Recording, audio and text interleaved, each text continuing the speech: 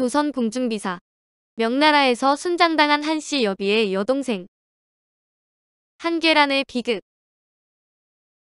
조선 초기에 한학은 누이들을 잘 팔아먹어 출세가도를 달린 사람으로 비난을 받았는데 지난번 알아본 것처럼 넷째 누이를 영락제의 후궁으로 보냈다. 그녀가 여비가 되어 출세가도를 달립니다.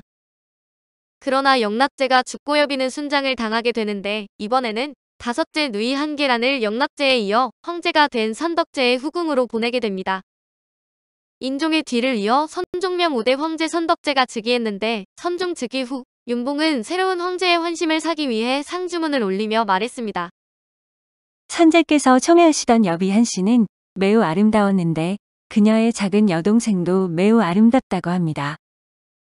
선종은 그 말을 듣자 금세 색정이 발동했는데 마음이 동하니 당장 행동에 옮기지 않고는 백일 수 없어 곧바로 윤봉을 파견해 조선에서 그녀를 강제로라도 데려오라고 명했습니다.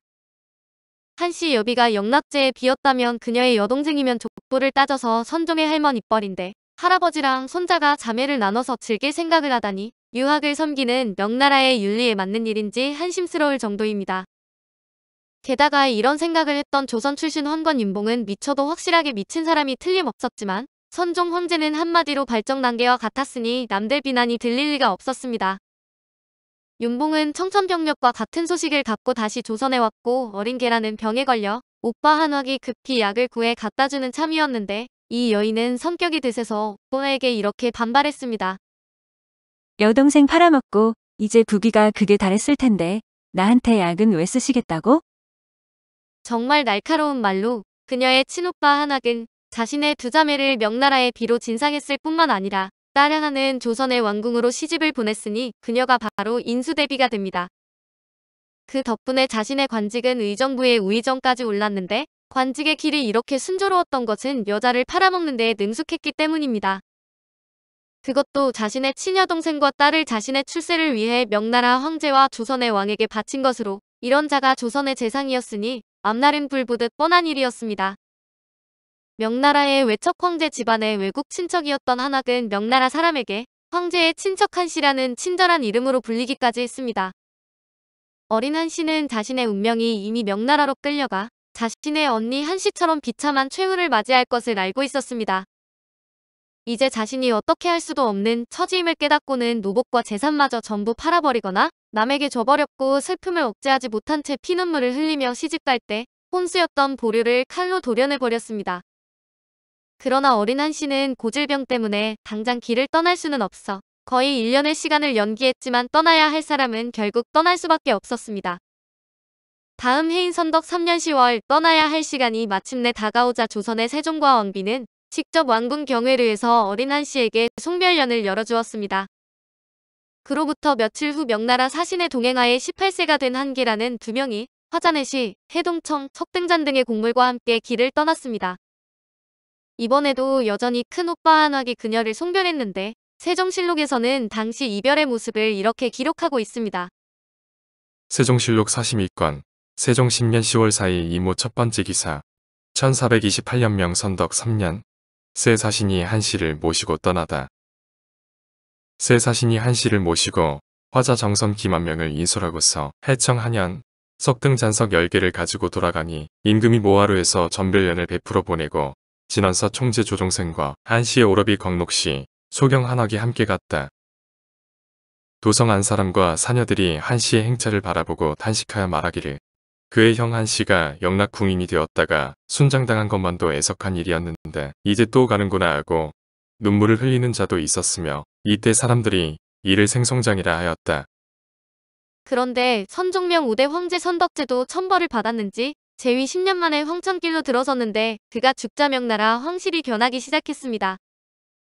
명나라 6대 영종 정통제부터 웬일인지 조선에서 공녀를 데리고 오는 일도 중지되었고 기존의 선대 황제들이 조선에서 데리고 왔던 공녀들도 다시 조선으로 돌려보내기로 한 것입니다. 아마 자신이 조선 공녀의 피를 물려받았고 선대 황제들이 단명하자 더 이상 몹쓸 짓을 하지 않기로 결심했던 모양입니다.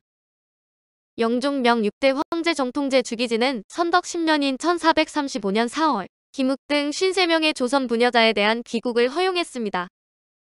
53명 중에는 처녀 종비 9명과 창갑이 7명, 집찬비 37명이 포함되어 있었고 영종은 내관 이충과 내사 김각, 김복 등에게 여인들을 호송하라는 책임을 맡겼는데 이 환관들도 모두 조선 출신이었습니다. 이충은 관현비를 따라 명나라로 갔던 인물이며 김각과 김복은 모두 영락 원년에 명나라에 갔는데 김각은 충청도 옥과 출신이고 김복은 평양 사람입니다. 이들이 경복궁에 이르자 이미 도착한 세종과 신하들이 대기하고 있었고 이어 김각과 김복이 명 황제 영종의 칙서를 읽어 내려갔습니다. 부녀 김극 등 53명이 오래 경사에 머물러 있으니 짐이 그들이 고향을 생각하고 있는 것을 불쌍히 여기고 또 부모 형제가 보고 싶어 할 것이므로 어제 내관 이충 내사 김각 등을 보내어 돌려보내니 왕이 모두 그 집을 찾아서 돌려보내어 처소를 잃지 말게 하고 이충 등은 상묘가 끝나거든 곧 경사로 돌아오게 하라. 그러므로 치교하노라. 황제의 칙서를 보면 모든 조선 공녀와 환관을 보낸 것이 아니라 자신들이 필요한 사람들은 그대로 황궁에 두었던 것으로 보입니다. 어쨌든 세종이 사신들에게 조선 임금과 동등한 예를 행하는 사례를 행하려고 하자 이충 등이 사양을 했다고 합니다. 우리들은 본국 조선의 서민인데 어찌 감히 전하와 대등한 예를 행하겠습니까? 청컨대 전하께서는 남양에 앉으시고 우리들은 북향에서 예를 행하겠습니다. 남양은 임금의 자리로 그나마 이들은 조선 출신이란 근본을 잊지 않았는데 세종이 사양해서 세종은 동남향하고 사신들은 서북향에 앉아 예를 청했습니다. 이에 비자들은 월대에 올라와 의복과 수식은 모두 중국 제도를 쓰고 중국의 예절로 팔배를 행하는데 몸을 굽히고 머리를 숙이고 손을 모으고 구부렸다 우러렀다 하여 그 모양이 무용하는 것 같았다고 합니다. 그리고 부복하여 머리를 조아려 경의를 표하는 고두를 하고 내려가니 명하여 남낭에서 음식을 먹었습니다. 세종이 사신과 더불어 다례를 행한 뒤에 사신이 태평관으로 돌아가니 임금이 근정문 안까지 배웅을 했습니다. 조선의 4대 외교는 국채를 안전하게 보존했다는 좋은 점도 있었지만 스스로를 신하의 나라로 격화시킨 어둠도 있습니다. 명나라를 정복하기 위해 떠났던 태조 이성계는 회군을 감행하여 고려를 멸망시키면서 명나라에 사대했고 그의 아들 태종과 다시 그 아들 세종은 아버지 태종의 뒤를 이어받아 명나라의 신하의 길을 자처했습니다. 4대 외교는 조선인들이 조선인의 시각으로 세계를 바라보는 것을 저해하고 타인의 시각으로 우리를 바라보는 사대주의를 이념으로 만든 그야말로 어리석은 선택이었습니다. 명나라 5대 황제 선종 때 매우 많은 수의 조선 부녀, 환관이 중국으로 갔지만 그 이후부터는 중단되었습니다. 한계란이 중국 황실에서 어떻게 살았는지 전해오는 바가 없다가 떠난 지 40여 년이 지난 성종조에 그의 존재가 조금씩 거론되기 시작합니다. 성종의 모후 소해왕후가 바로 한계란의 조카이기 때문인데 60을 넘긴 나이로 명왕실의 후궁이 된 한학의 두 여동생과 조선 왕실의 핵심 일원이 된 한학의 딸은 결코 별개의 사실이 아니었습니다. 어쨌든 고모 한계란과 조카 소해왕후는 서신교환을 통해 각별한 자매애를 쌓아가는데 조카는 고모에게 조선의 특산물을 챙겨보내고 고모는 조카에게 중국의 책과 금은 보화 등을 실어보냈습니다. 진원품을 한씨에게 전달하고 돌아온 신하에게 조선의 왕은 인정으로 가져간 물건을 적게 여기진 않던가? 라고 하며 반응을 살핍니다. 그만큼 중국의 황제 권력과 거리상 가깝게 있던 한씨는 조선에서 정성을 다해야 하는 각별한 존재였습니다. 명 황실의 한씨가 조선의 특산물을 무리하게 요구한다는 비판의 목소리도 있는 것으로 보아 조국에 대한 그의 심사는 단순하지만은 않았는데 자신의 권력 형성에 조국을 적극 활용하는 정황들이 흘러나옵니다. 19살에 중국으로 끌려간 한계란은 성종 14년인 1483년에 57년의 황실 생활을 마감하고 74살의 일기로 세상을 떴는데 공신이라는 시호를 받고 베이징 서쪽 향산에 묻혔습니다. 그를 두고 조선 쪽에서는 고국을 생각하여 늘 울기를 그치지 않았으니 죽어서도 한 조각 마음은 응당 고국당으로 돌아올 것이라고 했습니다. 명나라 쪽은 그의 묘비명에 동국에서 태어나 중원으로 진출했네.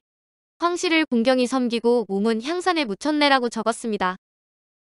고국을 그리워할 것이라는 조선과 세계 시민으로 자부심을 가질 것이라는 중국, 어느 쪽이 한계란의 심사에 더 가까울지는 잘 모르겠습니다.